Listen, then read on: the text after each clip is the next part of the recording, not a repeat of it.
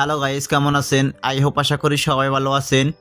Recently আপনারা দেখতে পারতেছেন টিকটকে এই টেমপ্লেটের ভিডিওগুলো প্রচুর পরিমাণ ভাইরাল হচ্ছে এবং টিকটক ট্রেন্ডিংয়ে চলতেছে। তো গাইস, আপনার নিজের ফটো দিয়ে এই টেমপ্লেটের ভিডিওগুলো কিভাবে তৈরি করবেন আজকের ভিডিওতে আমি আপনাদেরকে সম্পূর্ণ প্রসেসটি দেখিয়ে দিচ্ছি। আপনারা ধৈর্য সহকারে সম্পূর্ণ ভিডিওটি কন্টিনিউ করুন, তাহলে খুব সহজে বুঝতে পারবেন। আর হ্যাঁ গাইস, ভিডিওটা শুরু করার আগে সবার কাছে ছোট্ট একটি রিকোয়েস্ট, সবাই আমার ভিডিওতে একটা লাইক দিয়ে যাবেন। আর অবশ্যই আমার চ্যানেলটিকে সাবস্ক্রাইব করে পাশে থাকা বেল আইকনটি অন করে দিয়ে যাবেন।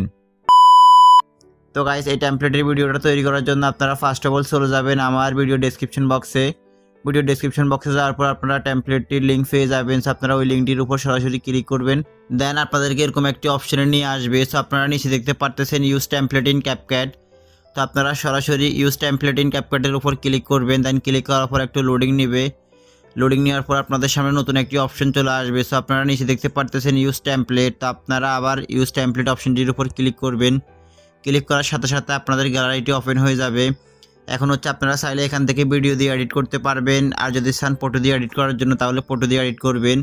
তো আমরা যেহেতু ফটো দিয়ে এডিট করব, সেক্ষেত্রে আমরা ফটো আইকনটির উপর ক্লিক করব। দেন ক্লিক করার পর আমাদের গ্যালারিটি চলে আসবে। এখন আমরা এখান থেকে একটা ফটো সিলেক্ট করব, যে ফটোতে আমাদের স্যাড মোড থাকবে। সো আপনারা অবশ্যই ওই ধরনের একটা ফটো সিলেক্ট করবেন যে ফটোতে স্যাড মোড থাকে বা স্যাড ভাব থাকে, ওই ফটো সিলেক্ট করবেন অবশ্যই। এতে করে আপনাদের ভিডিওটা অনেক ইউনিক হবে, অনেক সুন্দর লাগবে আপনাদের ভিডিওটা। তো আমি এখান থেকে একটা ফটো সিলেক্ট করতেছি। তো আমি এই ফটোটা সিলেক্ট করতেছি। দেন ফটোটার উপর ক্লিক করার পর নিচের কর্নার থেকে নেক্সট অপশনটির উপর ক্লিক করে দিব। দেন ক্লিক করে দেওয়ার সাথে সাথে আপনারা দেখতে পারতেছেন আমাদের ফটোটা কিন্তু অ্যাড হয়ে গেছে। এখন আমাদের ভিডিওটা অটোমেটিকলি প্লে হয়ে যাচ্ছে।